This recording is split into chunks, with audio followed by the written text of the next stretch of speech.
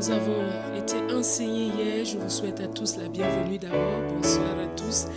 Bonsoir, bienvenue à ce temps de séminaire de la parole. Et avant de continuer dans le temps de louange, nous allons prendre du temps pour confesser la parole de Dieu. Josué 1:8 nous dit que ce livre de la loi ne s'éloigne pas de ta bouche.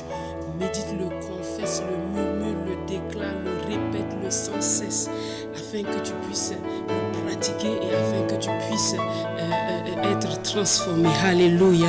Alors dis avec moi, temps de confession, temps de création, temps d'affermissement, temps d'établissement, temps de succès. Temps de confession, temps de création, temps d'affermissement, temps de succès. Alléluia. Dis avec moi, il y a un temps de jugement selon Matthieu 25, 14 à 30. Il y a une mention que j'aimerais entendre. J'aimerais de tout mon cœur entendre le Maître me dire, bon et fidèle serviteur.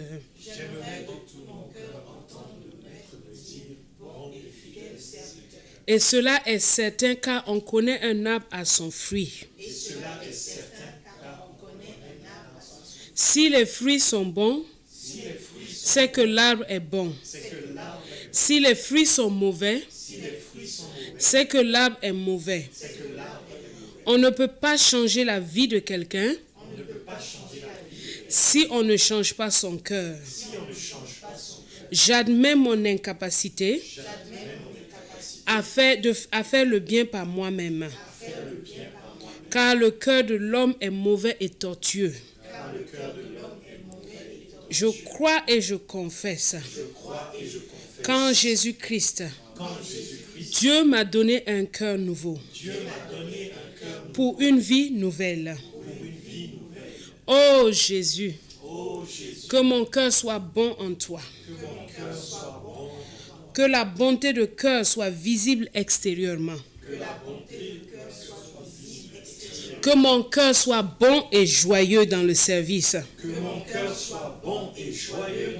Que je sois un serviteur bon, joyeux et heureux. Que je sois un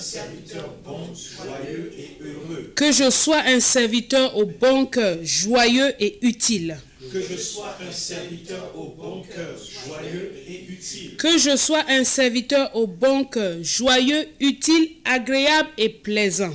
Que je sois un serviteur au bon cœur, joyeux, utile, agréable et plaisant. Que je sois un serviteur honorable et droit. Que je sois un serviteur honorable et droit. Que je sois un serviteur excellent et distingué. Que je sois un serviteur excellent et distingué. C'est mon projet de vie. C'est ce que je veux entendre. À la fin de mes jours. J'aimerais entendre le Seigneur Jésus me dire, bon et fidèle serviteur. Je veux aussi être un homme constant. Sûr, prévisible. Je veux être un homme ou une femme fidèle à la parole donnée. Que je sois fidèle dans l'exécution des ordres. Que je sois fidèle dans l'accomplissement de mes devoirs. Je crois et je confesse que j'ai besoin des deux caractères. La bonté et la fidélité. C'est pourquoi je dis que la bonté et la fidélité ne m'abandonnent pas. Que je les sers comme comme un ornement à mon cou. Qu'il soit sur ma tête comme une couronne. Que je puisse être reconnu dans les transactions d'affaires comme un homme ou une femme fidèle. Si tu es un homme, tu dis comme un homme fidèle. Si tu es une femme, tu dis comme une femme fidèle. Que je puisse être reconnu dans les transactions d'affaires comme un homme, une femme fidèle. Que quand je sens en moi monter un mauvais sentiment, quand on me donne un ordre, je parle à mon cœur afin qu'il s'aligne sur la parole de Dieu. Je ne ferai plus ce que je préfère faire, mais seulement ce que le Maître a prévu que je fasse. Le Maître sait ce qui est bon pour moi. Alléluia. Rends grâce, prie maintenant, prie et rends grâce. Shendaraba Santa Yenda. Makayondoro Bobobo Santa Yenda. Nous croyons et nous confessons ces choses afin qu'elles prennent place en nous. Que la bonté de cœur soit notre partage. On connaît un arbre à son fruit. Oh, que nous produisions de bons fruits. Que nous produisions de bons fruits. Que nous soyons des serviteurs au bon cœur. Des serviteurs joyeux. Des serviteurs utiles, agréables et plaisants. Des serviteurs honorables et droits. Les serviteurs excellents et distingués. Voilà notre projet de vie ce soir. Et nous crions à toi, toi seul qui peux faire ces choses. Car nous ne pouvons pas le faire par nous-mêmes. Mais nous crions à toi, Seigneur. Nous crions à toi, Seigneur. Oh, alléluia, alléluia. Dis avec moi, je suis le Fils du Père. Je suis le Fils du Père. Qui est dans les cieux en Jésus-Christ. Qui est dans les cieux en Jésus-Christ. Il fait lever son soleil sur les méchants et sur les bons. Il fait lever son soleil sur les méchants et sur les bons. Il fait pleuvoir sur les justes et sur les injustes. Il fait pleuvoir sur les justes et sur les injustes. Et il m'a donné son cœur. Et il m'a donné son Et je vis avec son cœur. Et je vis avec son Le Saint-Esprit produit en moi la bonté et la fidélité. Le Saint-Esprit produit en moi la bonté et la fidélité. Par mes devoirs, Par mes devoirs, Dieu m'exerce à devenir mon propre chef. Dieu m'exerce à devenir mon propre chef. Afin que personne Afin que personne ne domine sur moi. ne domine sur moi. Le Seigneur Jésus Le Seigneur Jésus est le premier homme bon sur la terre. est le premier homme bon sur la terre. En lui, En lui, j'apprends à parler autrement. j'apprends À parler comme Jésus. Je suis une nouvelle création. Je suis une nouvelle création. Dieu m'a donné un nouveau cœur en Jésus. Dieu m'a donné un nouveau Témoigner de Christ est ma nouvelle nature. témoigner de Christ et ma Et je vis en cela tous les jours de ma vie. je vis en cela tous les jours. Amen, amen, amen, amen, amen. Rends grâce à Dieu, rends grâce à Dieu, rends grâce à Dieu. Rends grâce à Dieu. Shenda basanta yenda basondo boshekere bahanda. Matara basanta yenda rabahondo boshendere bébé. Crois ce que tu dis, parce que ce que tu dis arrive. Oh, je vis en cela tous les jours. Je vis avec le cœur bon et fidèle tous les jours. Tous les jours, je vis en cela. Et qu'à lui seul soit la gloire. Et à lui seul soit l'honneur. Oui, Seigneur, merci. Merci de cette transformation. Merci pour ce cœur-là. Que ton nom seul soit loué. Merci. Reçois l'honneur, la louange et la gloire, car nous sommes là dans ta présence. Merci pour ton amour, merci pour ta grâce. Merci pour l'œuvre de ton esprit. Merci pour la parole de vérité, la parole esprit et vie, les saintes écritures que tu as commencé à nous révéler depuis hier soir. Merci pour la portion de ce soir. Nous ouvrons nos cœurs pour recevoir. Parle-nous. Parle-nous, Seigneur, que l'homme se taise et que toi seul puisses parler. Que toutes sortes d'obstacles à la libération et à la réception de ta parole tombent maintenant. Au nom de Jésus, et que ta parole ne soit pas seulement que pour nous, mais qu'elle remplisse l'atmosphère, qu'elle dépasse les frontières, que toute personne en communion avec nous soit en communion avec le Saint-Esprit et qu'il reçoive cette parole pleinement. Dans le précieux et glorieux nom du Seigneur Jésus-Christ. Amen. Gloire à Dieu. Béni soit le Seigneur Jésus-Christ qui nous donne la joie de nous retrouver encore ce soir. Alléluia. La bonté et la fidélité de cœur, la bonté et la loyauté du cœur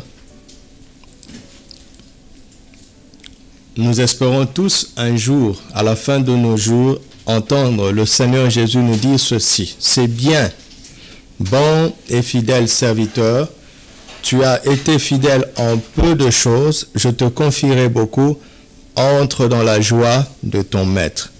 N'est-ce pas? Notre espérance et notre foi. Alléluia. Et nous voulons le vivre de tout notre cœur. Nous avons vu hier le cœur, les mots M-O-T-S et les mots, le mal au pluriel, que tout commence dans le cœur de l'homme et que la qualité des mots révèle la nature du cœur. Car c'est de l'abondance du cœur que la bouche parle. On ne peut pas faire semblant indéfiniment. On ne peut pas être hypocrite indéfiniment. Tôt ou tard, l'état de notre cœur se révèle par la qualité de nos mots, la qualité de nos paroles. Et nous avons compris que l'homme naturel est mauvais, même s'il peut donner de bonnes choses, n'est-ce pas? Et que Dieu notre Père est bon et fidèle. Il attend que nous soyons bons et fidèles. Pourquoi? Parce que lui-même est bon et fidèle. Tel Père, tels sont aussi les enfants. Si nous sommes nés de lui, nous avons reçu sa nature. Il doit donc nous être naturel d'être bon et fidèle, comme notre Dieu et Père est bon et fidèle. Donc cela devient possible par le mystère, le miracle, la grâce, la bénédiction de la nouvelle naissance, car lorsque une personne naît de nouveau, elle reçoit en réalité un cœur nouveau. Et ce cœur est un cœur qui est bon. Amen. Et donc, nous avons compris finalement qu'un cœur bon parle bien et fait du bien naturellement. Alléluia. Si ton cœur est bon, les mots, les paroles de ta bouche le montreront. Si ton cœur est bon, les faits, les actes, le comportement le montreront, n'est-ce pas? C'est simple la vie chrétienne. Dieu nous a donné sa nature. Lorsque nous croyons en Jésus-Christ, par la puissance du Saint-Esprit, à partir de là, nous vivons naturellement la vie surnaturelle, la vie de Dieu sans effort, mais par le mystère de la croissance, petit à petit, la nature de Dieu se manifeste. Et nous pouvons montrer à cette génération et à toutes les nations combien Dieu est bon, combien est fidèle par notre vie, par nos paroles et par nos actes, par les mots et le bien qui sort de nos bouches. Alléluia. Jésus est la parole de Dieu et cela est vraiment très important. Jésus se présente comme étant l'alpha et l'oméga, n'est-ce pas? Vous le savez. Quand Jésus dit qu'il est l'alpha et l'oméga, cela veut dire, premièrement, qu'il est le commencement et la fin. Mais n'oublions pas que l'alpha et l'oméga sont des lettres de l'alphabet grec. S'il nous parlait aujourd'hui, il nous dirait « je suis le A et le Z ». C'est ce que ça veut dire aussi. Ça ne veut pas seulement dire qu'il est le commencement et la fin, mais ça veut dire aussi qu'il est la première lettre et la dernière lettre de l'alphabet du Père. En fait, ce que Jésus est en train de dire, c'est qu'il est la lettre qui constitue l'alphabet du ciel. On ne peut écrire aucun mot, aucune phrase en dehors de la lettre qu'est Jésus. Amen. C'est pour cela qu'il a montré dans Luc 24, un passage que j'aime beaucoup, et dans Jean chapitre 20, que toute la Bible parlait de choses qui le concernent lui. Les mots étaient comme des supports qui contenaient sa personne, la révélation de sa personne. Et Hébreux verset 1, chapitre 1, dit que après avoir autrefois, de plusieurs manières et à plusieurs reprises, parlé à nos pères par qui? Par les prophètes. Dieu, dans ces derniers temps, nous a parlé par le Fils. Il est la représentation exacte de Dieu, Jésus-Christ. Alléluia. Alors, quand nous lisons la Bible, nous devons savoir que peu importe où nous nous trouvons dans les Saintes Écritures, il est d'abord question de Christ. Nous devons essayer de comprendre quelle relation le texte a avec Jésus, de près ou de loin. Et nous devons aussi, au-delà de cela, savoir qu'est-ce que Jésus donne comme explication, comme interprétation de chaque texte des Écritures, de chaque mot des Écritures. Parce que les mots portent une vie. Les mots, M-O-T. Par exemple, si je te dis « félicitations », tu souris déjà, n'est-ce pas? Bon, après tu vas me demander pourquoi tu me félicites, mais tu vas me le demander avec sourire, n'est-ce pas? Parce que le mot te met déjà dans la joie. Le mot te conditionne. Tu ne sais pas pourquoi on te félicite, mais étant donné qu'on a dit félicitations, tu sais déjà qu'il y a une bonne chose. Alors, si quelqu'un d'autre, pas moi, quelqu'un d'autre vient te dire mes condoléances, pas moi, quelqu'un d'autre, ta mine va changer, n'est-ce pas? Tu te dis, mais est-ce que quelqu'un est décédé? Avec un mot. D'accord? Par exemple, si je te dis en lingala, telema, tu es neutre. Parce que tu n'as rien compris. Ça ne veut rien dire pour toi. Tu ne décodes pas la langue. Et la Bible est comme ça. La Bible est comme un livre codé pour ceux qui ne sont pas nés de nouveau. Parce que c'est à travers Christ qu'on entend la voix du Père. Vous m'entendez? Alors nous sommes venus à Jésus, c'est ce que j'ai fait. Seigneur, tu dis bon et fidèle serviteur, qu'est-ce que cela veut dire? Je suis en train de faire un rappel. Alors, Jésus nous explique. Il me dit, mon enfant, j'ai parlé en grec. Et ceux qui m'ont entendu ont compris ce que je voulais dire. Et je suis venu vous le redire. Bon et fidèle serviteur, le mot bon, en grec, c'est agathos. Et fidèle ou loyal, en grec, c'est pistos. Agathos, pistos. Celui qui est bon est une personne bien constituée. Elle est de bonne constitution, elle est bonne intérieurement. C'est la bonté du cœur. C'est une personne qui est joyeux et heureux.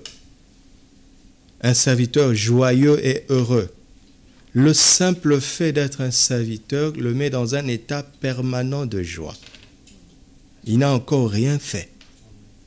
Mais le simple fait d'être un serviteur le met dans un état permanent de joie. Et il n'agit pas par lui-même, il ne fait que ce qui est utile pour son maître. Il n'agit pas avec sa tête. Il ne cherche pas à faire ce qui lui plaît lui. D'accord? Mais il cherche à faire ce qui plaît au maître, ce qui est agréable au maître. Faites attention à cela. On ne sert pas Dieu pour notre propre plaisir. On sert le Seigneur pour son plaisir. Dimanche, notre conclusion touchera sur cela, parce que j'ai médité sur quelque chose d'important. J'aimerais en parler le dimanche, on verra ce que le Seigneur va en décider.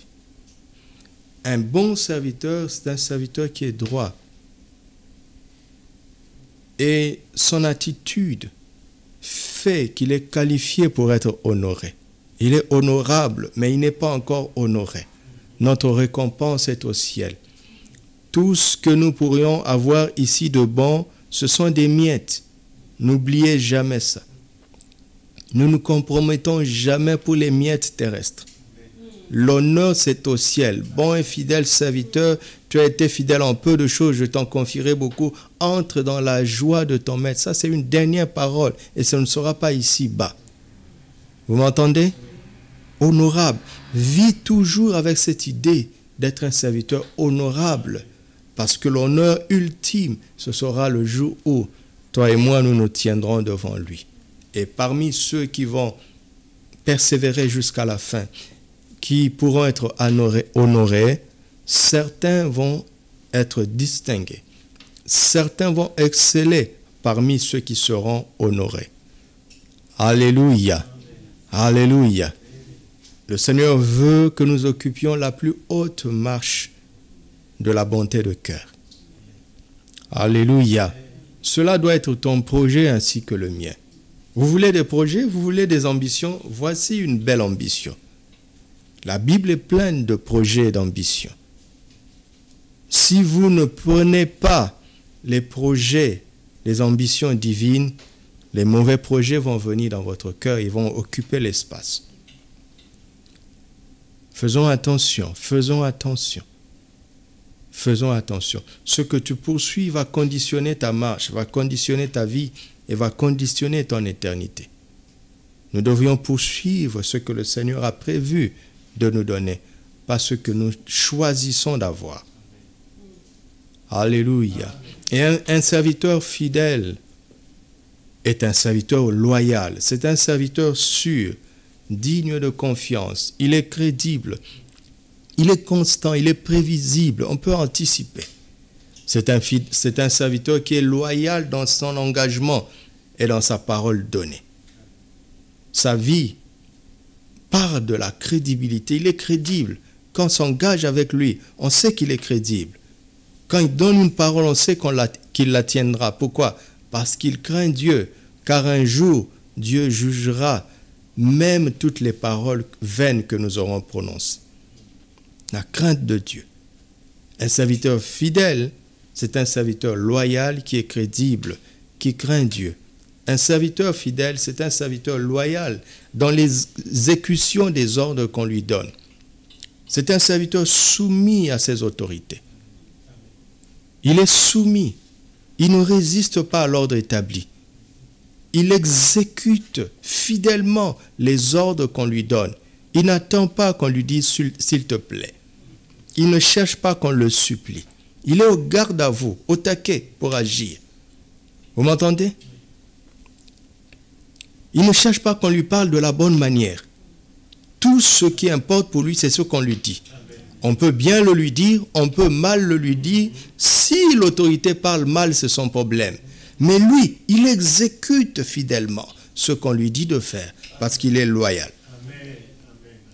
Alléluia. Amen. Le Seigneur m'a dit d'arrêter de dire s'il vous plaît. Les anciens, les pasteurs, si vous remarquez dans mes derniers mails, je n'ai pas mis s'il vous plaît. Je ne le dirai plus. Parce que ce n'est pas si tu veux. Tu m'entends? Si tu ne veux pas, dis-le. On te mettra de côté. On prendra quelqu'un. Ce n'est pas si on veut. Ce n'est pas si on veut. Vous m'entendez? Ce n'est pas si on veut. Je ne suis pas en train de prêcher ce que je prêche parce que c'est ce que je veux.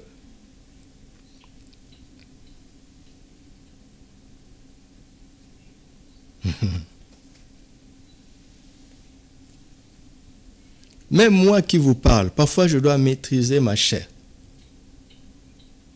Parce que je sais dire des choses qui plaisent.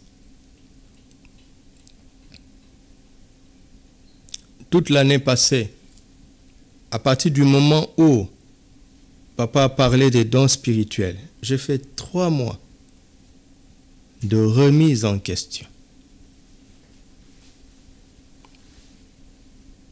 Mais ça, c'est ma vie.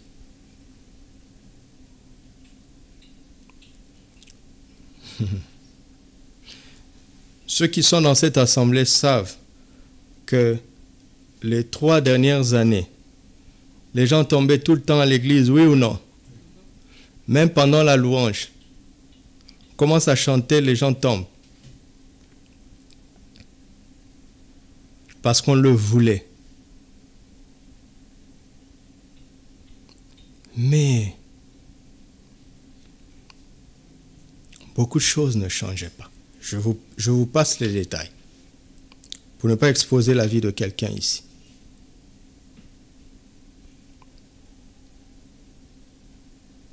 Alors le Seigneur a commencé à me travailler, Et il me dit, fais attention à toi.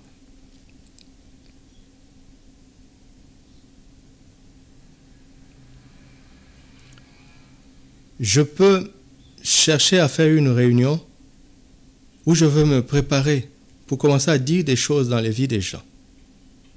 Le don est là.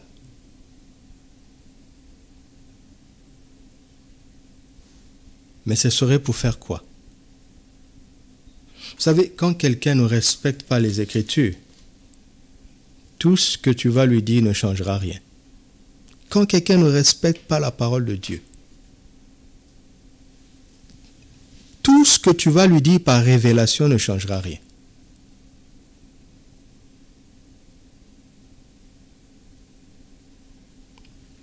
Donc vous devez savoir que Dieu nous travaille nous-mêmes d'abord.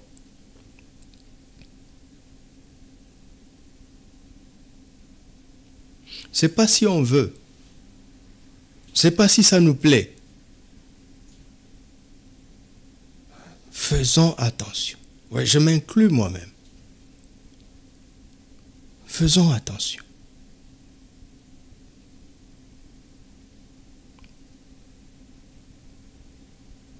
Un serviteur fidèle, c'est un serviteur qui est loyal dans l'accomplissement de ses propres devoirs. C'est un chrétien responsable. Il est soumis envers les autorités et il a le sens de responsabilité. Il sait se prendre en main. Alléluia. Un chrétien qui n'a pas travaillé pendant les 5 dernières années va maintenant se plaindre aujourd'hui et dire, Seigneur, depuis que je prie, depuis que je te sers, ma vie ne change pas. Tu veux accuser Dieu de ton irresponsabilité. La bénédiction va tomber du ciel? Où est-ce que Dieu a promis ça? Ils ont murmuré, ils ont mangé la viande, l'écaille, pendant que la viande était dans leur bouche. La plupart d'entre eux, plusieurs d'entre eux sont morts. Vous savez, il y a certaines bénédictions que Dieu envoie pour que nous prenions dégoût de notre propre cœur. Ne sois pas irresponsable. Un chrétien irresponsable ne peut pas être fidèle. Un des proverbes dit que pour un morceau de pain, l'homme peut se vendre, se corrompre. C'est un devoir. Chacun a des devoirs par rapport à sa propre vie. La prière n'est pas une excuse.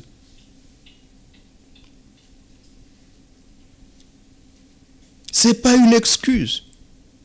Voici là où la fidélité se situe.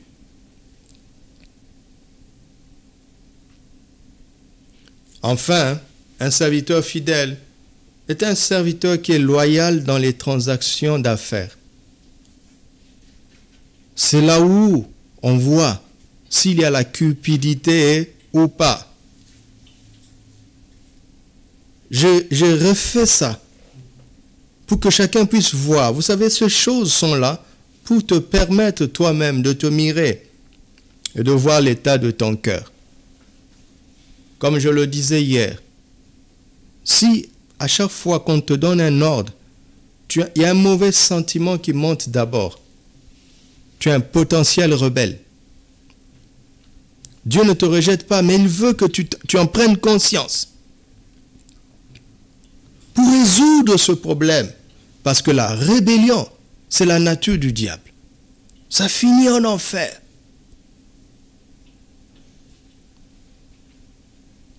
Les gens ne servent pas le Seigneur avec joie. Ils le servent pour se faire voir.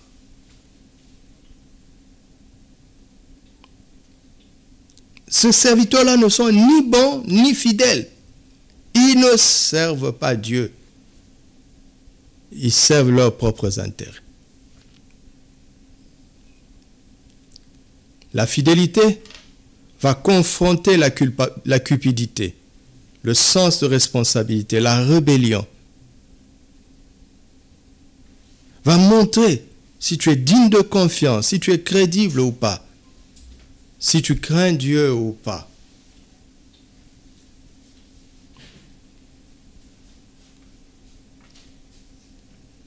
Et ces genres de choses ne s'enseignent plus. Regardez vos sites chrétiens. Regardez.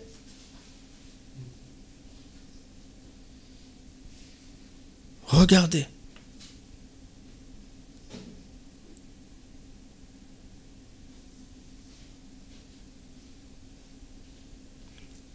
Que Dieu nous garde. Alléluia. Alors, j'avais dit que c'est un séminaire d'instruction. Chaque responsable dans l'assemblée, bien sûr que nous devons donner l'exemple de bonne manière. Mais quand tu donnes des ordres, enlève s'il te plaît. Dans vos relations amicales, tu peux le dire. Je n'entre pas dans ton organisation de la maison. Mais à l'église, c'est une armée. Toi, tu dois faire ceci. Toi, tu dois faire ceci. Toi, tu vas faire ceci. S'il ne veut pas, ne vous fâchez pas non plus. C'est son droit. Mais on prend quelqu'un d'autre. Jésus a dit, s'ils se taisent, les pierres crieront. Si tu ne veux pas, Dieu te met de côté. Il prend quelqu'un d'autre. Ce n'est pas si ça nous plaît. Vous m'entendez? Je sais que ça sonne bien en français. Les militaires comprennent ça très bien. Le commandant ne dit pas s'il vous plaît. Ça n'a aucun sens. C'est un mot qui ne se trouve pas dans l'armée. Alléluia. Oui, la politesse est une bonne chose. Les bonnes manières, oui. Mais si ça vous plaît, on doit comprendre le sens de mots, n'est-ce pas? Nous devons comprendre le sens des mots. S'il te plaît, ça veut dire quoi? Tu as le choix. Ça pèse comme ça sur mon cœur.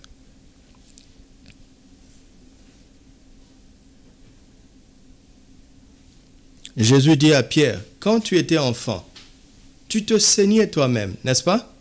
Tu allais où tu voulais. Mais quand tu seras grand, tu étendras tes mains, un autre te ceindra et te mènera où tu ne voudras pas. N'est-ce pas clair? Si dans ta relation avec le Seigneur, le Saint-Esprit va toujours dans ton sens, je te dis déjà que ce n'est pas le Saint-Esprit. C'est quel genre de chrétien qu'on ne corrige pas? Tu es parfait donc? Qu'est-ce que tu fais ici sur terre?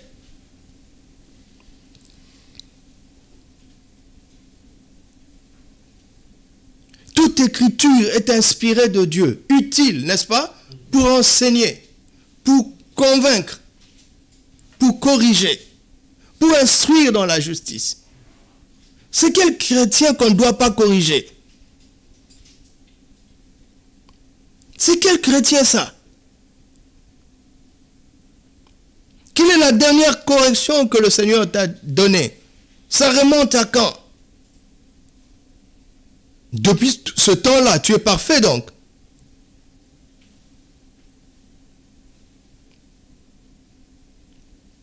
C'est pour notre salut que je parle comme ça. D'accord? C'est pour notre salut. Ne soyez pas des enfants gâtés. Des enfants gâtés finissent par faire honte à leurs parents.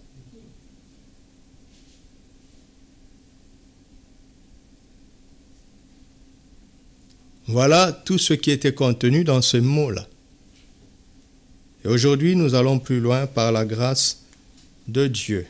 Lisons Proverbes chapitre 20, verset 6. Laisse comme ça, on va lire sur nos Bibles d'abord. Proverbes chapitre 20, verset 6. Vous vous êtes reposé par rapport au Proverbe? On a pris une pause, hein? Alléluia. Beaucoup de gens proclament leur bonté, mais un homme fidèle qui le trouvera. La fidélité, ça ne se proclame pas. D'accord? On peut être bon en parole, c'est-à-dire, tu vois, je fais du bien. Ouais, comment? Je fais du bien. On sait déjà que ça sonne faux. Mais en matière de fidélité, il n'y a pas de parole.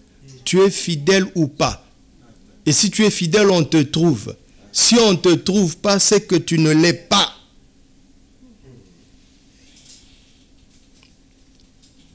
Vous entendez? La fidélité est une denrée plus rare que la bonté. Je recommence. La fidélité est une denrée plus rare que la bonté. La loyauté est beaucoup plus rare. Pourquoi? Parce que tous les enfants de Dieu ont reçu ce cœur bon, n'est-ce pas? Mais combien sont fidèles? Combien? Combien?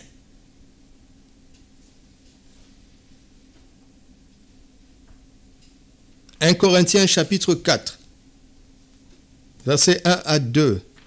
1 Corinthiens chapitre 4. Que tu sois trouvé parmi les fidèles au nom de Jésus. 1 Corinthiens chapitre 4.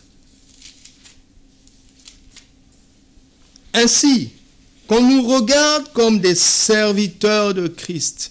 Ah, j'aime ça. Il commence par dire qu'on nous regarde comme des serviteurs de Christ. Et ensuite, de qui? Des dispensateurs des mystères de Dieu. Quand tu commences à devenir épatant dans un domaine, fais en sorte que finalement on te regarde pas comme un expert, mais comme un serviteur de Christ. C'est ce que Paul est en train de dire. Si la dernière impression des gens sur ta vie, c'est ton exploit, c'est que tu es en train d'échouer. La dernière impression des gens, au-delà de ton exploit, ce doit être ta qualité de serviteur. Vous m'entendez? Hier, nous parlions après la réunion de certains miracles que Papa Karambiri a vécu. Il n'en parle pas. Pourquoi? Parce que ce n'est pas lui qui l'a fait. Ce n'est pas lui. Oui, il a la foi. Oui, il aime Dieu. Oui, il est un modèle. Il est un exemple. Mais il ne se met pas de l'avant. Il ne met pas sa personne de l'avant. Du reste, ce qu'on attend des dispensateurs, c'est que chacun soit trouvé fidèle. Mes amis, regardez ce texte. On dit qu'on nous regarde comme des serviteurs de Christ, des dispensateurs des mystères de Dieu. N'est-ce pas? Et ce qu'on attend de ces dispensateurs, c'est qu'ils soient fidèles, sachant que ces dispensateurs sont des serviteurs de Christ. Donc finalement, Paul est en train de dire, ce qu'on attend de serviteurs de Christ, c'est qu'ils soient fidèles. On a rejoint Matthieu chapitre 25.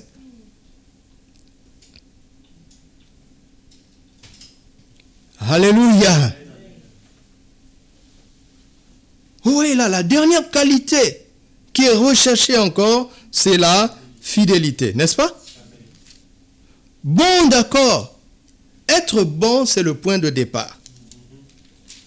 Mais être fidèle, c'est le point d'arrivée. Alléluia. Amen. Vous avez vu ça, non? C'est formidable.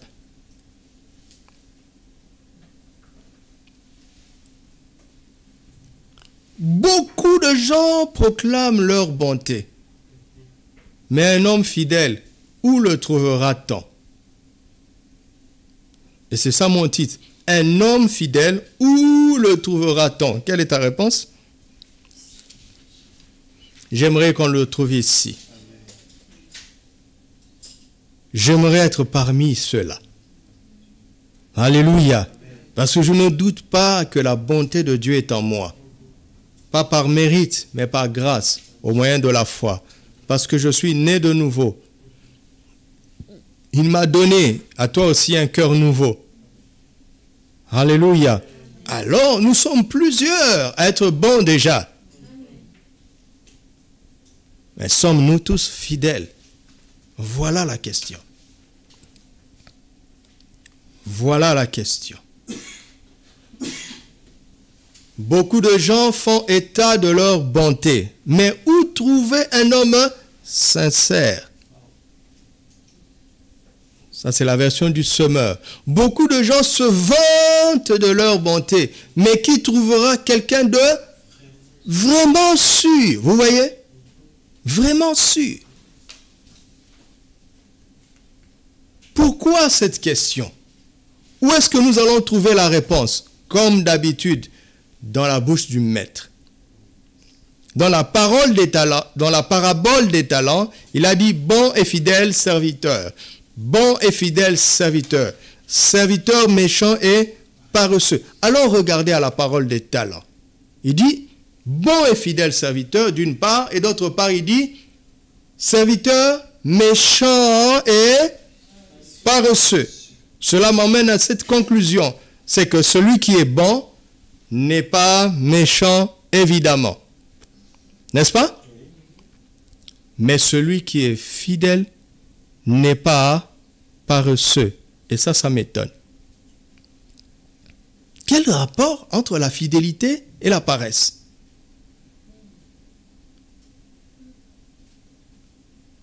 Est-ce que vous avez compris d'où je tiens ça? À celui qui a réussi, Jésus dit bon et fidèle. À celui qui a échoué, il dit méchant. Bien sûr, c'est le contraire de bon. N'est-ce pas? J'aurais aimé qu'ils disent méchant et infidèle. Mais Jésus ne dit pas ça. Jésus dit méchant et paresseux. C'est un langage spirituel. C'est que le contraire de la bonté, c'est la méchanceté. Et le contraire de la fidélité ici, c'est la paresse. Mais je ne vois pas de rapport. Et il me dit, j'ai parlé comme ça exprès pour te mettre sur la voie de la révélation. Alléluia. Suis-moi sur le chemin de la révélation. Ce qui fait qu'un serviteur ne sera pas fidèle, c'est la paresse.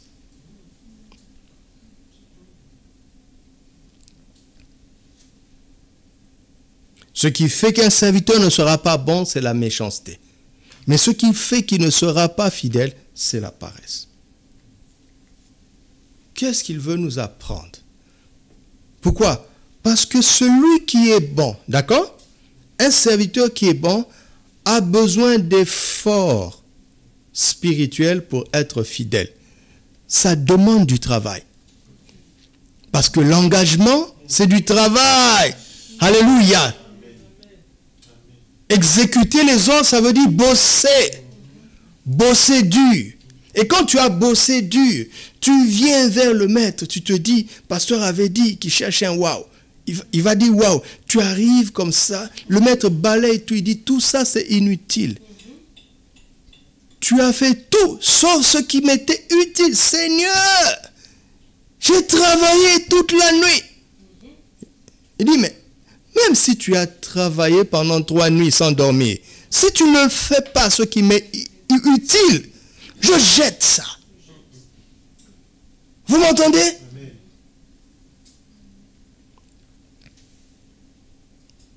L'engagement, l'effort, c'est ce qui fait passer le serviteur bon à l'état du serviteur fidèle.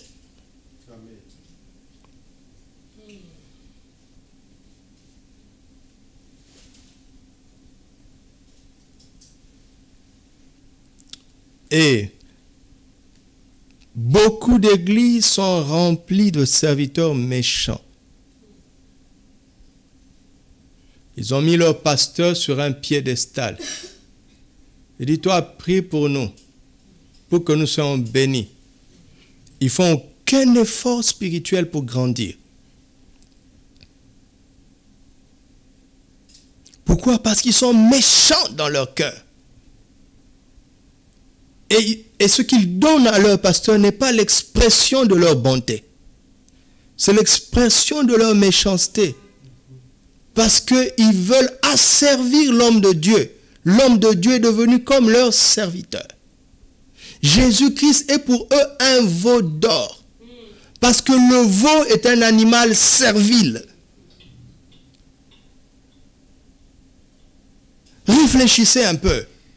Quand ils sont sortis d'Égypte, ils voulaient une représentation visible de Dieu, n'est-ce pas? Parce que quand ils ont fait le veau d'or, ils ont dit, voici l'Éternel qui t'a fait sortir d'Égypte. Hey, Israël ne voulait pas adorer notre Dieu. Non, non, non, non, non. Ils voulaient représenter Yahvé. Mais pourquoi ne l'ont-ils pas représenté comme le lion? Ils auraient pu faire un lion en or. Mais le lion ne te sert pas. Ah ouais! Le lion est un boss. Tu es à son service. Ils ont dit, mais ce genre de Yahvé, nous ne le voulons pas. Nous voulons toujours Yahvé. Nous n'allons pas changer de Dieu. Mais nous voulons un Yahvé servile. Un Yahvé qui sera le serviteur de nos besoins. Et Jésus a eu du mal. Pourquoi? Quand il est venu, il leur disait, suivez-moi. Il n'y a pas de s'il te plaît. Suis-moi, c'est-à-dire quoi? Mettez-vous derrière. Je suis devant. Allons-y, à la queue leu. Je suis à la tête. Suivez-moi. Je suis le chef. Je suis le boss.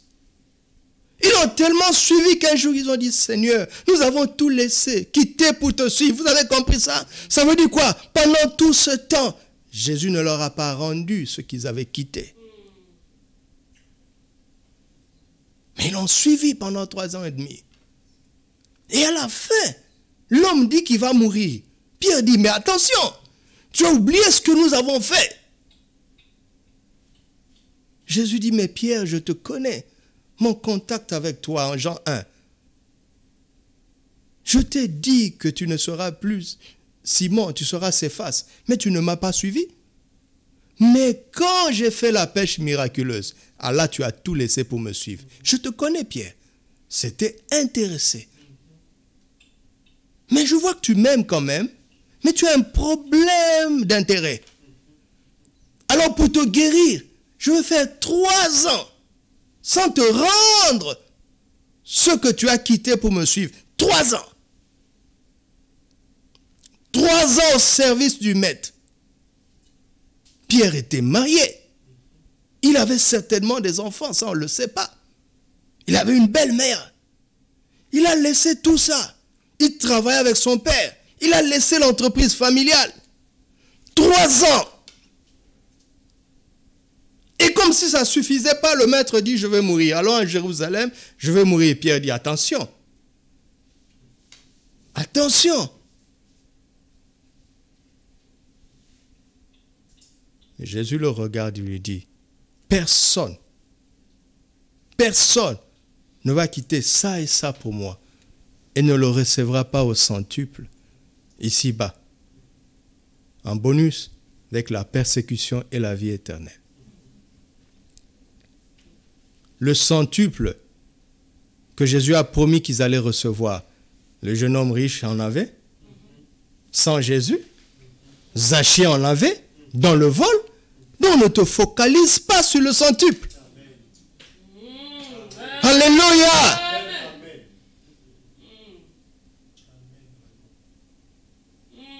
Je parle comme ça pour nous aider.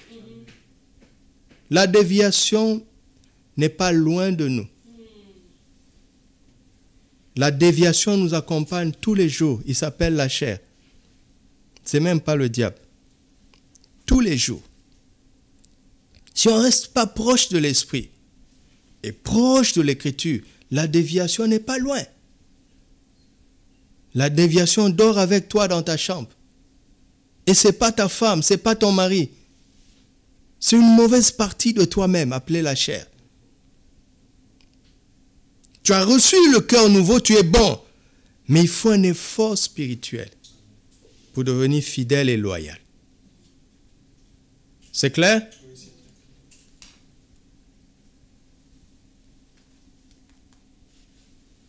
Cela coûte à la chair. N'est-ce pas? Lisons 2 Pierre. Ouvrez vos Bibles. Laisse la diapo. 2 Pierre chapitre 1. Verset 3.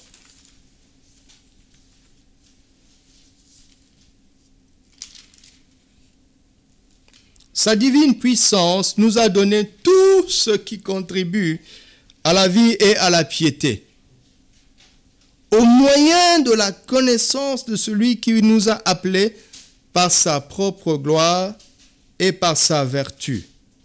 Celle-ci nous assure de sa part les plus grandes et les plus précieuses promesses, afin que par elles vous deveniez participants de la nature divine. Comment? En fuyant la corruption qui existe dans le monde par la convoitise. À cause de cela même, faites quoi?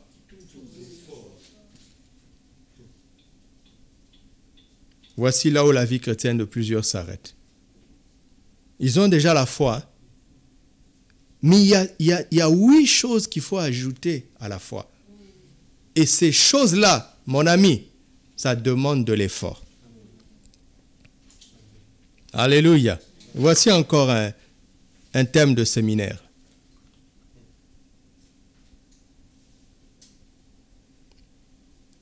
L'apôtre ne mâche pas ses mots, hein? Il dit, faites tous vos efforts. Tout est grâce. Oui, la foi est une grâce. Mais les vertus demandent l'engagement de chacun. Alléluia. 0 effort pour devenir bon. Il suffit de croire. Mais pour devenir fidèle, mon ami, tu dois travailler. Parce que Dieu va confronter la tendance à la rébellion, la tendance à l'irresponsabilité, la tendance à la cupidité, le manque de crainte de Dieu dans certains domaines. L'Esprit, pour notre salut, va confronter ça. Et ça fait mal. Paul dit dans 1 Corinthiens 9, 27, « Je traite durement mon corps. Je le tiens assujetti. » Vous entendez? La parole vivante dit, « Je le discipline. Je le maîtrise. » Pas l'esprit, hein, mais je. Alléluia. Vous avez compris la problématique? Jésus ne parle pas en vain. En 2 phrases, voici tout un monde qui nous a ouvert. En 2 phrases, bon et fidèle, méchant et paresseux. 2 phrases nous ont ouvert tout un monde.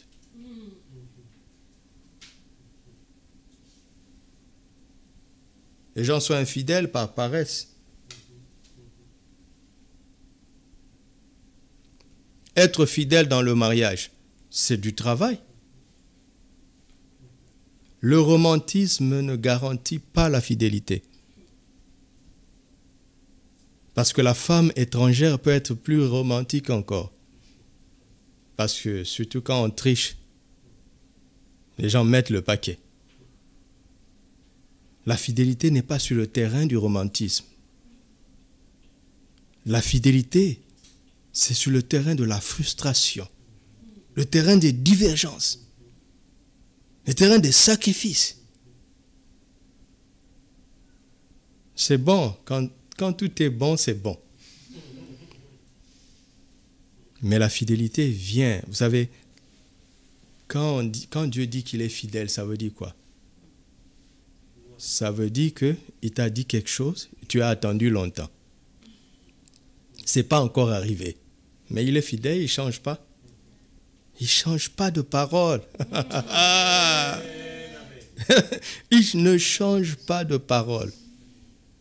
Vous savez, en 2009, je devais prêcher quelque part et mon enseignement est passé par le texte où Jésus a dormi pendant que la barque traversait une traversée houleuse. Vous savez, n'est-ce pas? Oui. Et les disciples le réveillent et disent, Seigneur, ne t'inquiètes-tu pas de ce que nous périssons? Et Jésus s'énerve. Il leur dit, mais race incrédule, jusqu'à quand serai-je avec vous? Jusqu'à quand vous supporterai-je? Et pour la première fois, en 2009, je dis, mais Seigneur, je veux comprendre. Il me dit, mais quand je suis monté dans la barque, j'ai dit, allons à l'autre bord. Tant que je n'ai pas dit le contraire, vous restez sur ma dernière parole. Peu importe ce qui arrive. Dieu est fidèle. La dernière parole qu'il avait dite là, s'il veut la changer, il va ouvrir sa bouche. Il a dit à Abraham, prends l'enfant, va le tuer sur une montagne que je te montrerai. Ils ont fait 3 jours. J'imagine qu'Abraham a marché lentement.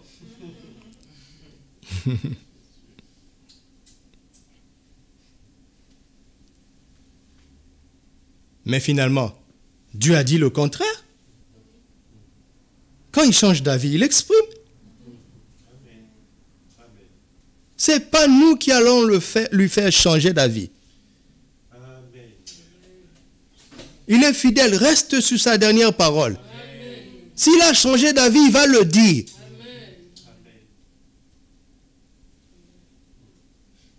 Vous voyez ça? Vous commencez à comprendre pourquoi les hommes fidèles sont rares. Parce que c'est beaucoup plus difficile. N'est-ce pas? Sarah a aidé Abraham, Hébreux 11, 11. Le couple avait une promesse. Abraham croyait au Dieu puissant, le Dieu capable de ressusciter les morts, le Dieu capable d'appeler à l'existence les choses qui ne sont point, comme si elles étaient. Regardez, avec toute la foi qu'Abraham avait dans la puissance de Dieu, sa foi l'a amené à cette conclusion. Quand Dieu promet quelque chose, il peut aussi l'accomplir. Il peut. Mais ce n'est pas juste. Si Dieu promet, ce n'est pas qu'il peut. Il va l'accomplir. Ce n'est pas juste ce qu'Abraham a cru. Ce n'est pas juste. Écoute-moi, si Dieu promet, ce n'est pas qu'il peut. Est-ce que tu entends ça?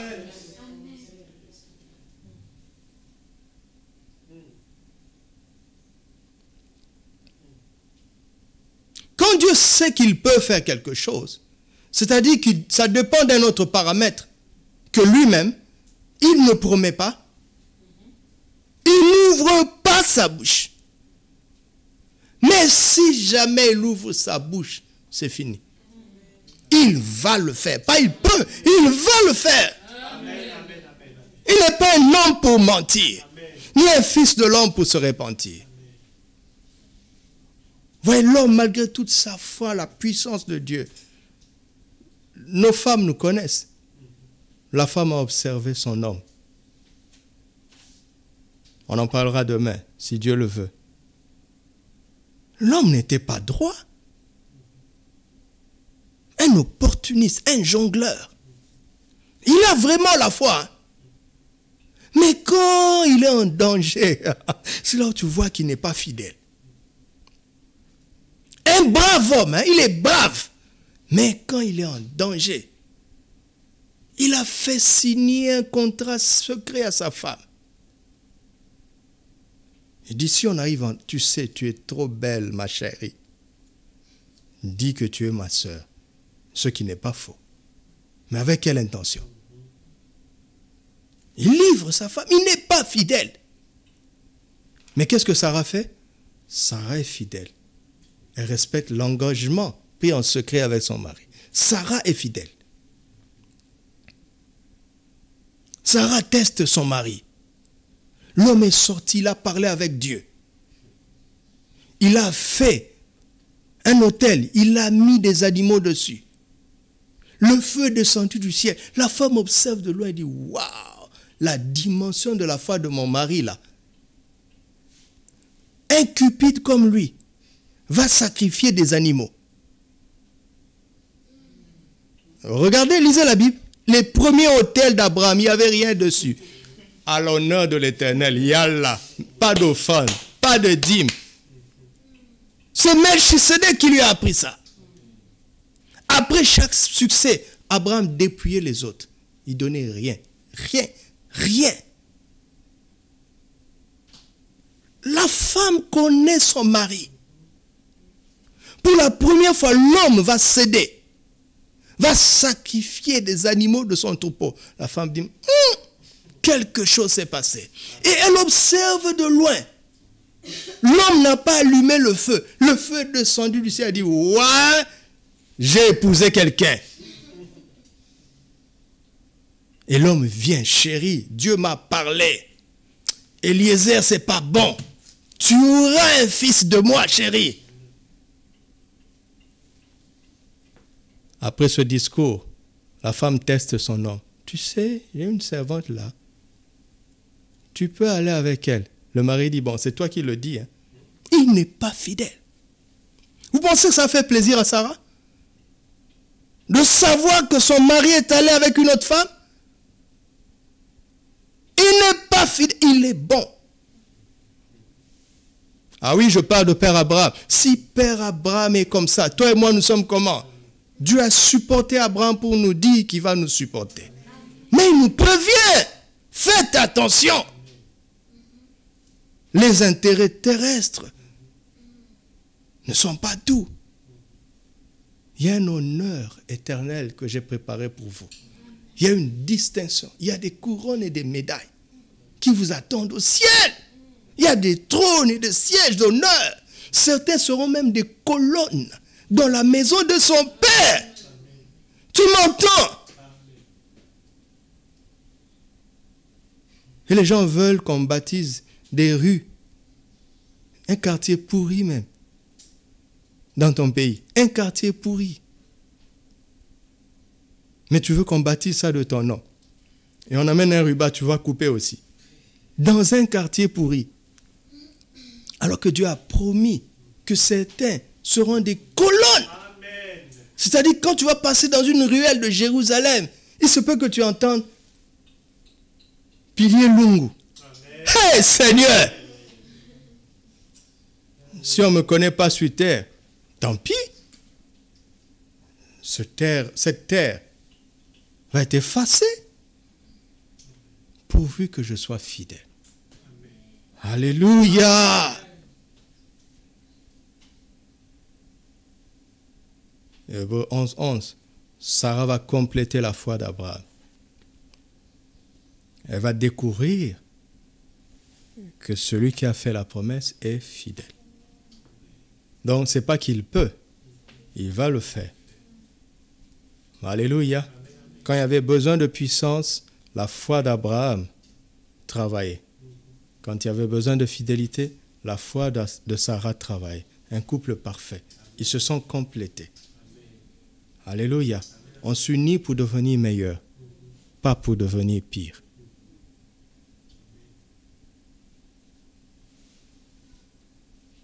Un homme, une femme fidèle, où le trouvera-t-on? J'ai lu cette version, Jérémie 17, il dit que le cœur de l'homme est incurable. Il dit, ça ne se répare pas. Ou on le change, ou il reste comme ça. Dieu n'améliore pas les hommes. Il les a crucifiés à la croix pour susciter un homme nouveau. Il n'améliore pas. L'homme naturel n'est pas améliorable. Alors, certains ont réussi, notez ces passages. Joseph, Moïse, David, Daniel, Paul, Timothée, ce sont des belles paroles. Pour une question de temps, nous n'allons pas les lire, mais ce sont de belles paroles. Lisons quand même pour Moïse, Hébreux chapitre 3. Hébreux chapitre 3. Verset 5. Pour Moïse, il a été fidèle dans toute la maison de Dieu, comme serviteur. Alléluia. Moïse a été fidèle, n'est-ce pas? David, c'est une belle parole, David. 1 Samuel 22, verset 14. 1 Samuel 22, verset 14. Achimélec répondit au roi, « Lequel d'entre tous tes serviteurs peut être comparé au fidèle David, gendre du roi, dévoué à ses ordres et honoré dans ta maison. » Vous avez vu ça? Vous avez vu là où l'honneur se situe? Vous voyez l'esprit d'Agathos qui est là? L'esprit de Pistos et d'Agathos. Où trouvera-t-on un homme fidèle? Vous savez, quand tu es un chef, tout le monde est bon avec toi. C'était ça le problème avec Saül. Le roi, tout le monde, tu vas être méchant envers un roi? Tu es foutu? Tu es foutu. Alors tout le monde est bon avec Saül. Mais qui est fidèle? Où trouvera-t-on? Dans la maison de Saül, dans le règne de Saül, on a trouvé quelqu'un qui a excellé. Il était incomparable en fidélité. Vous avez vu ça? Il était dévoué à ses ordres.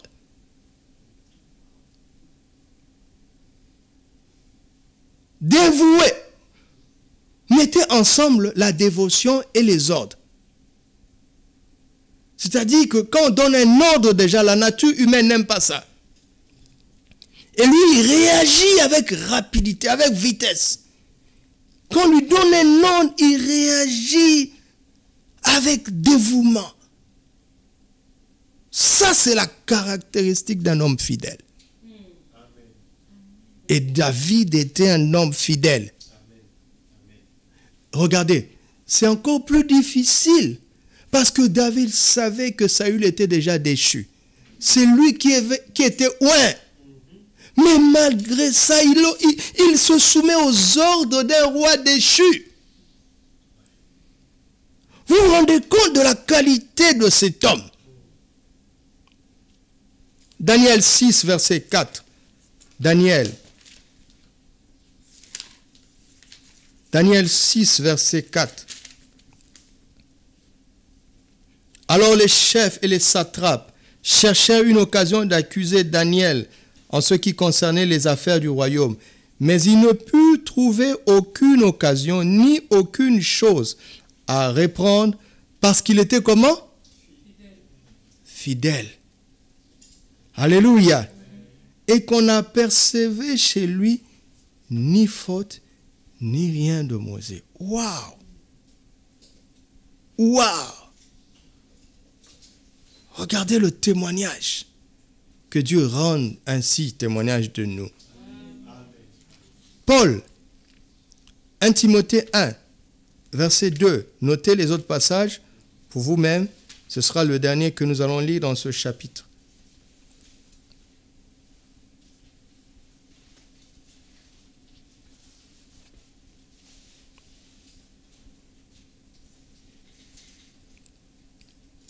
À Timothée, mon enfant légitime en la foi, que la grâce et la paix te soient données de la part de Dieu le Père.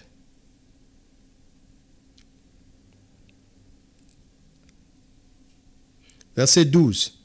Je rends grâce à celui qui m'a fortifié, à Jésus-Christ notre Seigneur, de ce qu'il m'a jugé comment?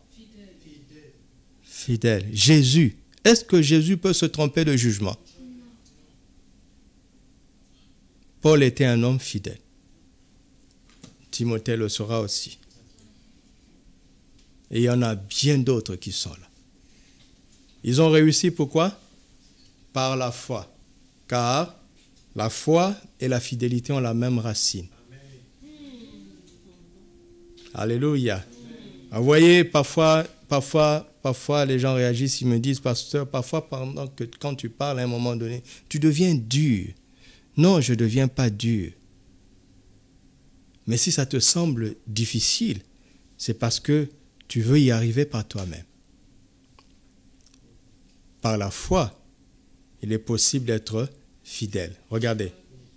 En fait, ce que j'ai dit, c'est ceci. Par le pistis, il est possible d'être pistos. Tu comprends? C'est très proche. Tu as la foi? Tu n'es pas loin de la fidélité. Tu as déjà la base. Alléluia. Alors, il y a deux sortes d'hommes. 1 Corinthiens 15, verset 45. Le premier homme, Adam, devint une âme vivante. Le dernier Adam est devenu un esprit vivifiant. Mais ce qui est spirituel n'est pas le premier. c'est ce qui est animal. Ce qui est spirituel vient à suite. Le premier homme tiré de la terre est terrestre. Le second homme est du ciel. Tel est le terrestre, tels sont aussi les terrestres. Tel est le céleste, tels sont aussi les célestes. Le terrestre, c'est Adam. A-t-il été fidèle? Non. Tous ceux qui sont nés d'Adam ne seront pas fidèles. Le deuxième, c'est Jésus. A-t-il été fidèle? Oui. Tous ceux qui sont nés de lui sont fidèles. Amen. Voilà. Quand tu dis Amen, là, tu reçois. Tu l'embanes ça et ça va produire la vie. Il y a deux sortes d'hommes. Sont nés d'Adam, et je vous dis déjà qu'on ne peut pas être loyal. La loyauté est une valeur impossible pour l'homme naturel.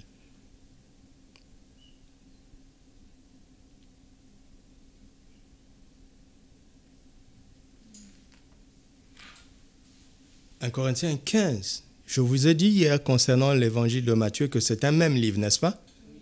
Nous sommes dans le même livre. Nous avons lu le chapitre 15 qui nous montre qu'il y a le spirituel et il y a l'animal. Vous avez vu ça?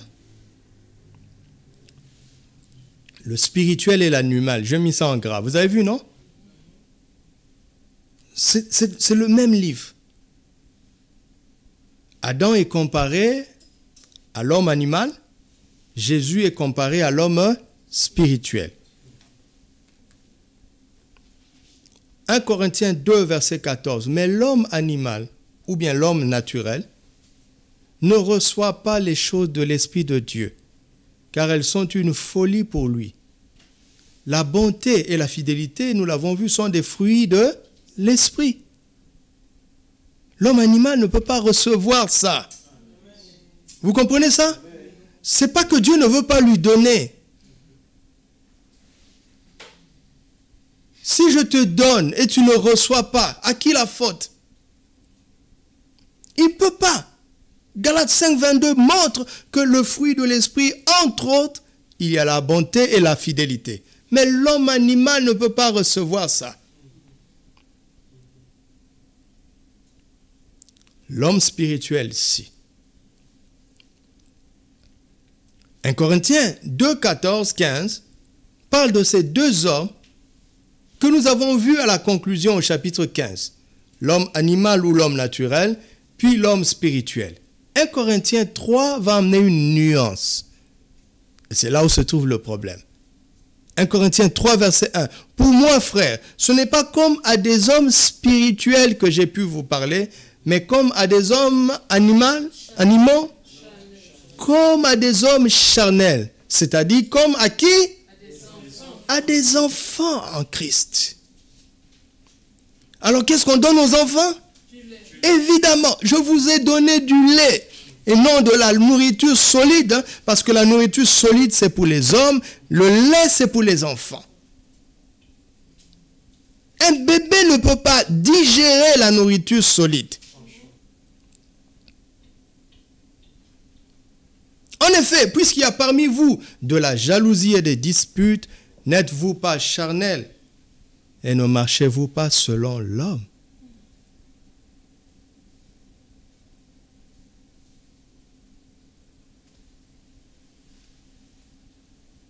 Nous revenons. Et vous qui le savez, écoutez-moi encore. Il y a l'homme animal, Adam, l'homme naturel. Il y a Jésus, l'homme spirituel. Entre les deux, il y a l'homme charnel. Ce n'est pas un enfant d'Adam, mais un enfant à qui? Comme à des enfants, mais comme à des hommes charnels, comme à des enfants en... Donc l'homme charnel est en Christ. Il n'est pas en Adam. Tu m'entends? S'il est en Christ, c'est qu'il a un bon cœur. Mais son problème, c'est qu'il est un enfant. Et la fidélité, c'est la nourriture des grands. C'est pour ça que le mariage, ce n'est pas pour les enfants.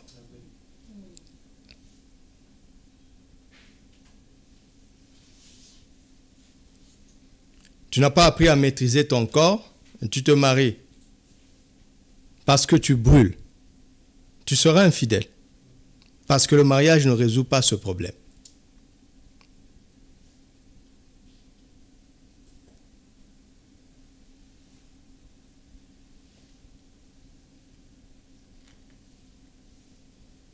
« 1 Pierre 3, versets 1 à 3. « Rejetant donc toute malice et toute ruse, la dissimulation, l'envie et toute médisance, désirez quoi? Comme des enfants nouveau-nés, désirez quoi? Le lait spirituel.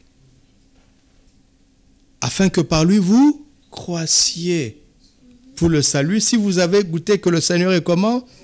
Vous avez goûté ça. Mais il ne veut pas que vous en restiez au lait. Il veut que vous grandissiez. Il vous donne du lait. Mais il faut que vous grandissiez parce qu'il a prévu de la nourriture solide. Il veut que vous passiez de l'état d'enfant à celui d'homme. Je suis en train d'expliquer le problème de la paresse, ce qui fait que les chrétiens n'arrivent pas à faire des efforts spirituels pour devenir spirituels. C'est ce que je suis en train de faire. Alléluia. Nous devons comprendre ces choses. 2 phrases de Jésus ont déclenché une étude. Vous avez vu, non? Regarde, Dieu a dit que la lumière soit. Aujourd'hui, il y a des livres et des livres, des cours et des cours. Toute l'astronomie, la physique de ces astres-là vient d'un seul mot, une seule phrase, que la lumière soit. Toute l'optique vient de ça, d'un mot. Toute la zoologie, la botanique vient d'un mot. Que le bétail fourmille, que les poissons fourmillent, que les plantes sortent. Un mot de Dieu contient des sciences et des sciences et des sciences et des sciences. Un mot.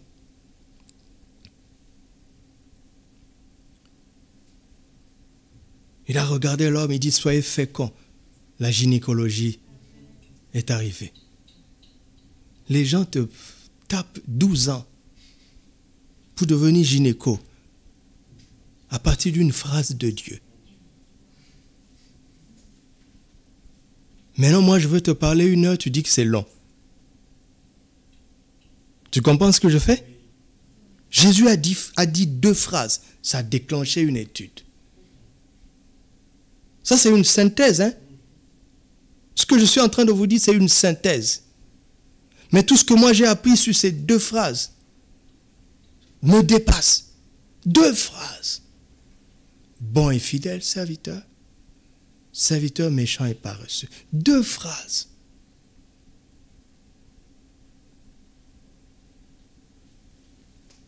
Nous avons beaucoup à dire là-dessus et des choses difficiles à expliquer.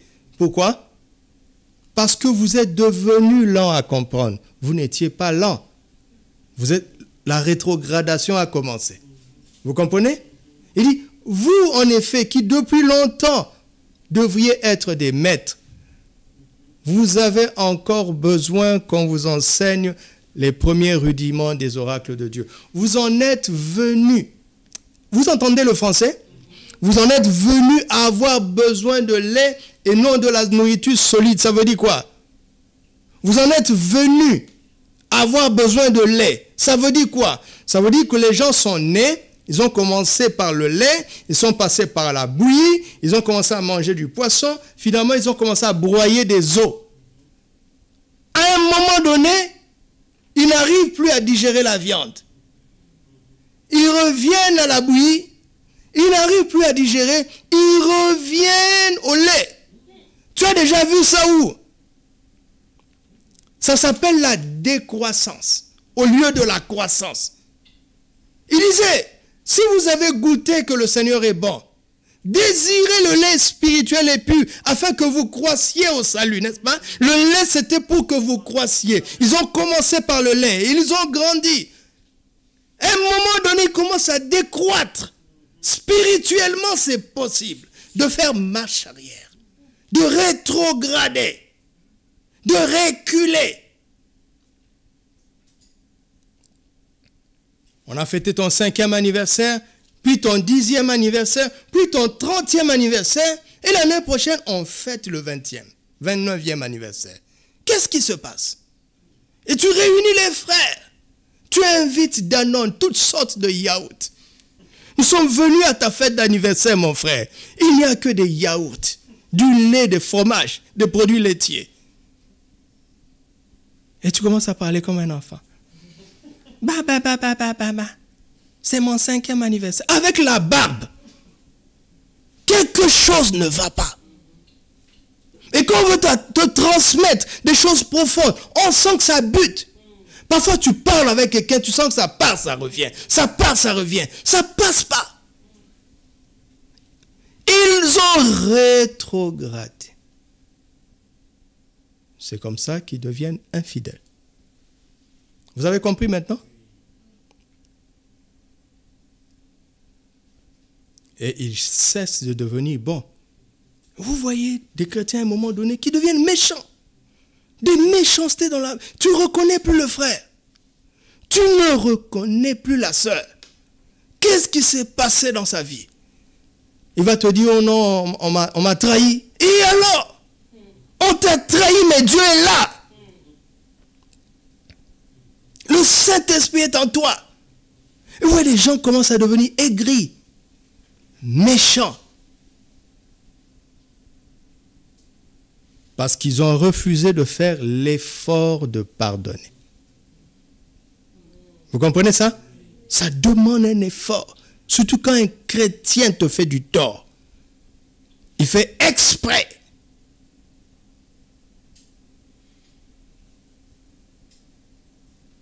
Il me vient à l'esprit un jour, j'étais encore très jeune, on avait réunion.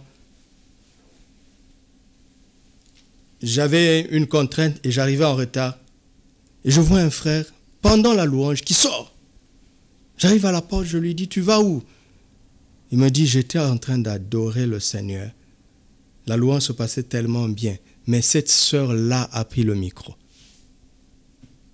Vous savez, il y a le conducteur de louange et ceux qui sont au micro. Et cette sœur-là venait de lui faire du tort la veille, je ne sais pas quoi.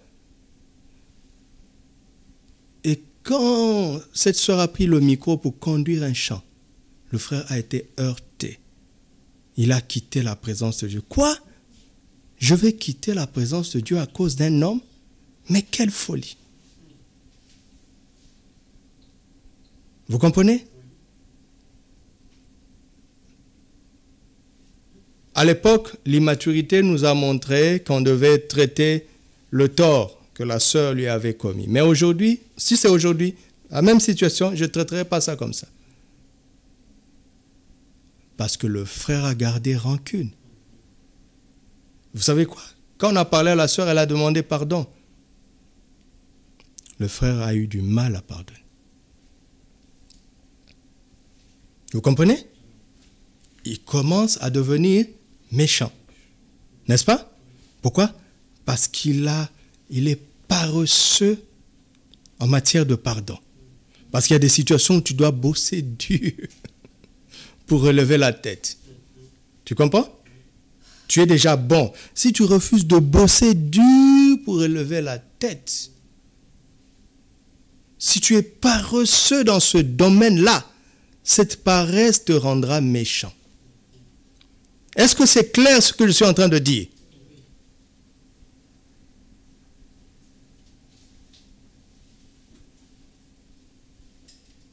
Vous avez vu ce que Jésus était en train de dire? Ne sois pas paresseux pour faire le bien. D'accord? Parce que si tu es paresseux pour faire le bien, tu deviendras infidèle et méchant. Alléluia! C'est merveilleux, n'est-ce pas? C'est merveilleux. C'est merveilleux. Je suis édifié comme ça. Si tu n'es pas édifié, c'est ton problème. Moi, je suis édifié. Et je dis, merci Seigneur. Je commence à comprendre. je ne fais que commencer à comprendre. Et vous savez, quand vous comprenez, ça devient plus facile. N'est-ce pas? Et réussir cette espérance deviendra plus facile grâce à la révélation. Amen. Alléluia. Alors, je vous ai fait un tableau, je vais m'arrêter ici pour que nous comprenions ce qui se passe. D'accord? Je vous ai dit qu'il y a deux sortes d'hommes. Le naturel ou l'animal, je l'ai mis en noir. Hein. Son cœur est noir. Pourquoi? Parce qu'à la fin, il est méchant. Son cœur est noir. Le spirituel, son cœur est blanc, pur. Et il est bon. Vous avez vu, j'ai mis 1 et 1 là-bas, 2 pour vous situer. Mais le problème, c'est qu'en Christ, il n'y a pas que les spirituels. Il y a aussi les charnels. Les charnels sont qui? Des enfants en Christ. Ils sont en Christ, mais ils sont immatures spirituellement. L'homme naturel, lui, il est mort spirituellement. Dans les choses de l'esprit, il n'est pas opérationnel. D'accord? C'est pour ça qu'il développe son potentiel psychique, son intelligence humaine et ses capacités naturelles pour compenser le vide de l'esprit. Il est mort spirituellement. Celui qui est né de nouveau est vivant spirituellement, mais il est un enfant. D'accord? Et il doit grandir pour devenir mature. Donc, ça demande des efforts pour la croissance, pour quitter le stade de lait, pour parvenir au stade de la nourriture solide. Ouios, un fils capable d'hériter. Teknon, c'est un enfant légitime tout simplement. D'accord? Mais spirituellement, on voit que des gens peuvent devenir, et ce mot existe dans le naturel, enfantin. Quand on dit que quelqu'un est enfantin, c'est-à-dire quoi? C'est un adulte qui se comporte comme un enfant. Vous avez déjà vu ça, non? Oui. Spirituellement, c'est la même chose. Quelqu'un est en Christ depuis longtemps. Il accumule culte après culte, réunion après réunion, torrent de vie chaque jour, séminaire après séminaire. Il connaît beaucoup de choses dans sa tête, mais sa réaction dans les choses profondes de la vie est une réaction d'enfant. Donc il n'est pas enfant, puisqu'il a passé l'âge d'être enfant, il est enfantin. Ça, c'est le côté négatif de la vie charnelle. Parce que quand on est de nouveau et qu'on est encore un enfant en Christ, il y a des choses charnelles que le Seigneur tolère, comme on supporte les enfants. N'est-ce pas? Mais après un certain stade, il y a des choses qu'on ne doit plus supporter parce que nous ne devons plus en être là. Vous avez vu? Et donc, celui qui devient enfantin, il tombe dans la zone noire. Le charnel est dans la zone grise, entre le blanc et le noir. D'accord? Quand on commence à grandir, regardez là où il y a Teknon, enfant spirituellement, vous voyez que son gris est gris pâle. Ça tend vers le blanc. Et si on ne grandit pas, notre gris devient, pas notre, ce gris-là devient un gris sombre. Ça tend vers le noir. Et quand vous avez un enfant spirituellement, on va dire, il est bon, mais il est bon quand même. N'est-ce pas? Mais un enfantin, un népios, il est méchant. Mais, pourquoi? Parce qu'il y a un bon fond en lui. Mais la méchanceté a pris le dessus. Il y a un bon fond en lui. Et des gens comme ça, il faut leur résister pour leur salut. Parce que si on est gentil avec eux, ils finiront en enfer. Vous m'entendez? Paul parle de cet homme en 1 Corinthiens 15. Un chrétien qui n'est pas seulement impudique, qui va avec la femme de son père. Demain, on va parler d'Absalom. Je ne sais pas pourquoi les gens font des débats pour ça. Paul dit, je l'ai livré à Satan pour la destruction de la chair. C'est-à-dire qu'il est dans une mauvaise pente. Il vaut mieux qu'il meure maintenant qu'il n'a pas encore renié Jésus. Parce que s'il continue d'être en vie, il va tellement tomber bas qu'il va renier Jésus et il finira en enfer. Il y a certaines personnes que les apôtres ont livrées à Satan pour qu'il soit détruit naturellement afin qu'il se retrouve au ciel. Vous m'entendez? Est-ce que vous m'entendez? Faites usage de la correction dans l'église. Pasteur, ancien, diacre, responsable, faites usage de la correction. Tu m'entends? Ne cherche pas à plaire. Nous cherchons tous à faire la volonté de Dieu. Papa Karambiri nous dit souvent, nous tous là, nous cherchons le ciel. Il dit, même moi qui vous parle, je cherche le ciel. Mais il ne parle le premier. Paul a dit, je traite durement mon corps. Je le tiens assujetti, de peur d'être rejeté, après avoir prêché à plusieurs. Même Paul savait qu'il pouvait être rejeté. Vous m'entendez?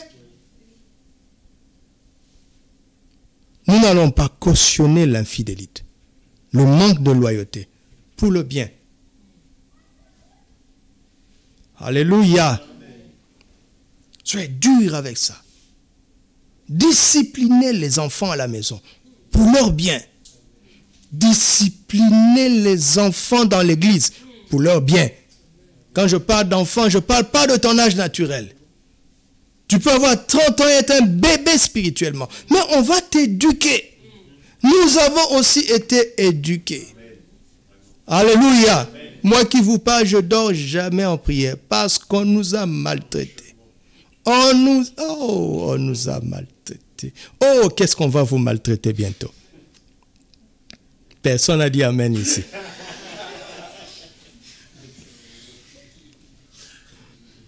Personne n'a dit amen ici. Vous savez, à un moment donné, dans le ministère, j'ai commencé à prendre des coups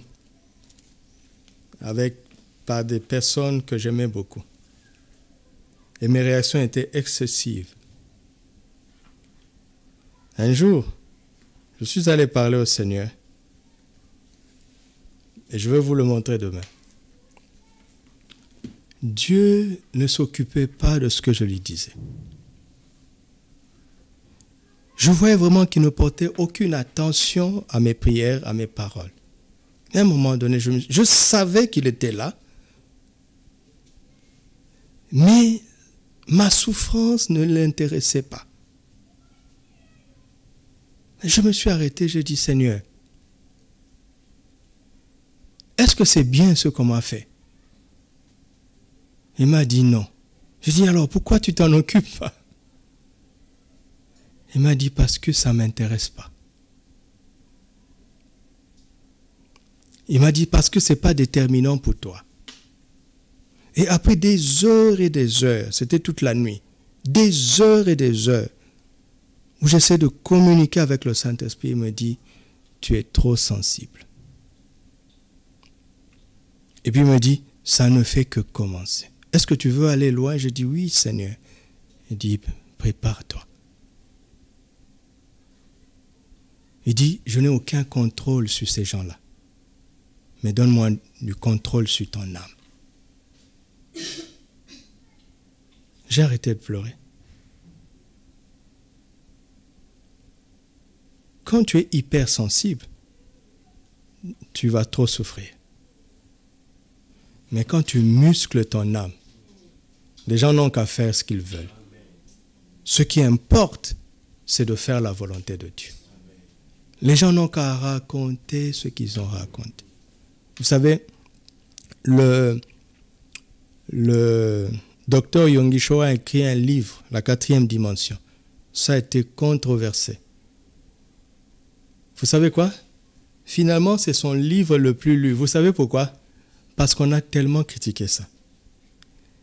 Plus on critiquait ce livre, plus les gens se disaient, mais qu'est-ce qu'il y a dedans? Plus les gens l'achetaient. Parfois, Dieu va faire de la pub pour toi, gratuitement, par des critiques. On va tellement critiquer que les gens vont aller... Mais c'est quoi même là? TPV Casa là même, c'est où? Pasteur Doudou là même, c'est qui? Tu comprends? Arrête d'être hypersensible. Ce qui doit importer pour toi, franchement, qui va nous approuver finalement? C'est Jésus ou les hommes? Maintenant, si tout le monde te rejette et Jésus t'accueille, qui s'est trompé? Tout le monde. Mais si tout le monde t'accueille et Jésus te rejette, qu'est-ce que tu préfères? Réponds.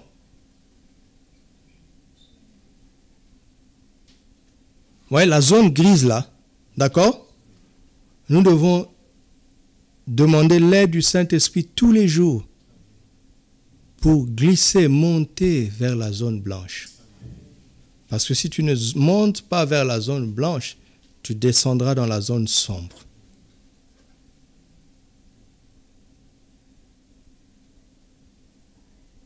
Tu es bon, mais toi-même tu peux compléter, non? Alors corrige ce qu'il y a dans les mails. En corrigeant ça, tu montes. Alléluia. En corrigeant ça, tu montes. C'est clair?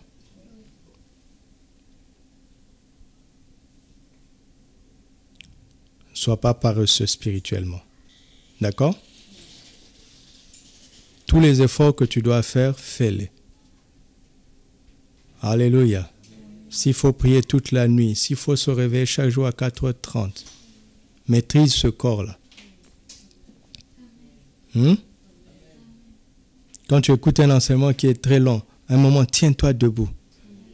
Tu dis à ton corps là, moi je ne veux pas dormir. Je veux continuer à écouter. Quand tes pensées commencent à divaguer, tu les ramènes, tu restes là, je vais écouter. Aujourd'hui, c'est notre jour de pastoral. Papa nous a enseigné pendant 3h30. Non-stop. Mais c'est tellement important ce qu'il disait. Tellement important. On ne peut pas construire les vies en 15 minutes. Vous voyez le temps que je prends? Je ne suis pas en train de m'excuser. Je n'ai même pas besoin de m'excuser. De toute façon, je ne t'ai pas forcé. C'est toi-même qui t'es connecté. Je ne suis pas en train de m'excuser. Je ne suis pas en train de me justifier. Mais je suis en train de nous montrer que pour être fidèle, ça demande du travail, de l'investissement, de l'engagement, des sacrifices. Alléluia. Lève-toi là où tu es maintenant. Lève-toi, tiens-toi debout et commence à parler à ton âme. Dis à ton âme qu'il n'est pas le maître. Non, c'est l'homme intérieur qui est le maître. C'est l'homme intérieur qui est le maître. Tu n'es pas conduit par tes sentiments. Tu n'es pas conduit par tes émotions. Et personne n'a autorité sur ta vie. Les actions des hommes n'ont pas d'autorité sur ta vie. Et tu ne vis pas pour plaire aux hommes. Tu vis pour plaire à Jésus. Car c'est lui qui a le dernier mot. C'est Jésus qui a le dernier mot. C'est Jésus qui a le dernier mot. C'est à lui que je veux plaire. C'est à lui que je veux plaire. C'est lui qui m'a rendu bon. Je ne suis pas devenu bon par moi-même. Les parents n'ont pas pu me rendre bon. L'éducation n'a pas pu me rendre bon. La société n'a pas pu me rendre bon. Mais Jésus l'a fait en un clin d'œil. Quand j'ai fait confiance en lui. Quand j'ai invoqué son nom. En un instant, en un clin d'œil. Il a enlevé ce mauvais cœur. Il m'a donné ce bon cœur. Alors pour lui, je veux vivre. À lui, je veux plaire. À lui seul. Car il m'a rendu bon. Je veux lui être fidèle. Quel que soit ce que cela va me coûter, je veux lui être fidèle. Les efforts que je dois faire, je le ferai. Ô Père, accorde-nous la grâce d'être spirituellement actifs. Accorde-nous la grâce de ne plus jamais être paresseux spirituellement. Accorde-nous la grâce d'être engagés, d'être investis dans la croissance spirituelle. Accorde-nous la grâce de céder toute la place au Saint-Esprit. Accorde-nous la grâce de ne pas nous conformer au siècle présent. Accorde-nous la grâce de faire tous les efforts qu'il faut pour joindre à notre foi la vertu. Ouvre, affiche 2 Pierre 1. Et nous allons terminer en priant par rapport à ça. 2 Pierre chapitre 1. Affiche sur l'écran. À partir du verset 5e. À cause de cela même, faites tous vos efforts pour joindre à votre foi la vertu. À la vertu, la science. À la science, la tempérance. À la tempérance, la patience. À la patience, la piété. À la piété, l'amour fraternel. Et à l'amour fraternel, la charité. Alors, demande au Seigneur la grâce de ne ménager aucun effort pour joindre à la foi que tu as reçue comme don toutes ces qualités qui sont devant tes yeux. Parle avec tes propres mots maintenant. Parle avec tes propres mots. Alléluia. Oh, accorde-nous la grâce, accorde-nous cette grâce de ne ménager aucun effort pour joindre à la foi que nous avons reçue par grâce la vertu, la connaissance, la maîtrise de soi, la patience, la piété, l'amour fraternel et l'amour agapé. Que nous ne ménagions aucun effort. Délivre-nous de l'amour de la facilité. Délivre-nous de l'amour des raccourcis. Délivre-nous de toutes sortes de paresses. Délivre-nous de ces choses qui sont dangereuses et qui nous empêchent d'être fidèles. Délivre-nous. Délivre-nous. Accorde-nous la grâce. Accorde-nous cette grâce. Certains doivent apprendre à se lever tôt. Certains doivent apprendre à manger moins.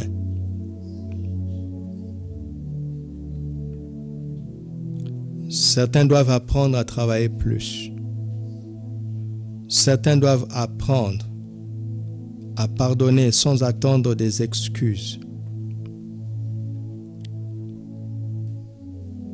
Certains doivent apprendre dorénavant à donner plus qu'ils ne reçoivent. Certains doivent apprendre à arrêter de prier pour eux-mêmes et à prier pour les autres. Certains doivent apprendre à abandonner la mélancolie, à être résolus à être joyeux, quelles que soient les circonstances. Certains doivent l'apprendre. Certains doivent apprendre à arrêter l'hyperactivité et à passer du temps au pied du Seigneur pour lui demander « Que veux-tu que je fasse ?» Certains doivent apprendre à ne plus être sensuels, sentimentaux, émotionnels. Certains doivent apprendre à lire un peu plus la Bible.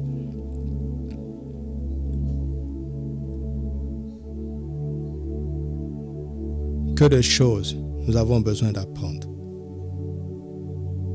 Et tout ce travail nous rendra de plus en plus fidèles. Père, au nom de Jésus, que toute personne qui est restée là pour écouter reçoive la grâce de la foi qui produit la fidélité. Au nom de Jésus, j'appelle maintenant le miracle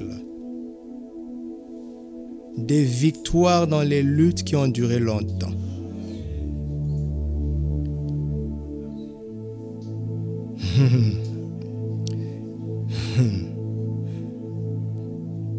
Les faiblesses contre lesquelles tu as lutté longtemps sont en train de tomber maintenant instantanément au nom de Jésus.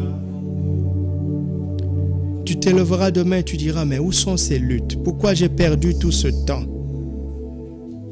La puissance du Saint-Esprit travaille en toi. Ce n'est pas une puissance sensationnelle, mais elle est réelle. Elle est réelle. Reçois-la maintenant au nom de Jésus. Elle n'est pas sensationnelle, mais elle est réelle. Elle est véritable, elle est libérée maintenant. Reçois-la au nom de Jésus. Au nom de Jésus, nous te rendons grâce, Père. Je suis sûr que tu as agi. Oui, je le sais. Je le crois. Et je te remercie. Merci pour ton amour. Merci pour ta grâce. Alléluia.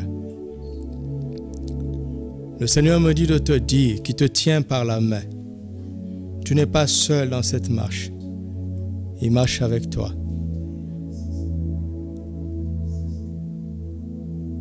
Il te tient et il te soutient. Afin que tu ne chancelles point. Afin que tu ne t'arrêtes pas en si bon chemin.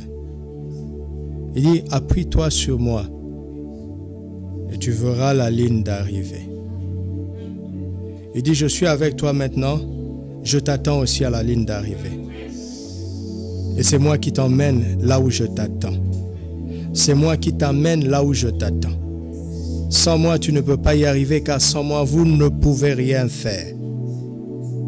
Tu as beaucoup échoué parce que tu as compté sur toi-même. Appuie-toi sur mon esprit. Appuie-toi sur mon esprit. Ne sois pas charnel. Ne t'appuie pas sur tes propres forces. Appuie-toi sur mon esprit. Appuie-toi sur le Saint-Esprit. Alléluia.